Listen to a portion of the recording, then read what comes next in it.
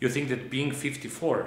you know, is having in mind how many states are having within the world is a bad result. I think to give some, you know, criteria that are so high, you know, in this very moment is simply not fair. Having in mind, you know, that the country is still in transition, that we are having, you know, a lot of troubles and problems, you know, from the past, and that after, you know, after all, you know, we passed through a very turbulent period in recent history that, by the way, a lot of countries from the former Yugoslavia, you know, didn't have in such manner.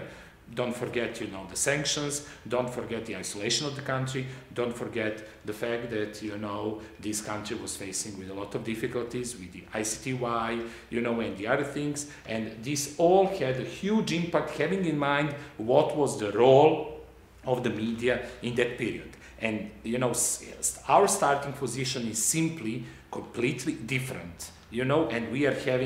different type of category. I will always be in a favor of having, you know, kind of subcategories for the country that passed through similar difficulties like our country, and then that will be, I think, more, you know, fair approach, you know, that we will not, you know, compare apple and oranges.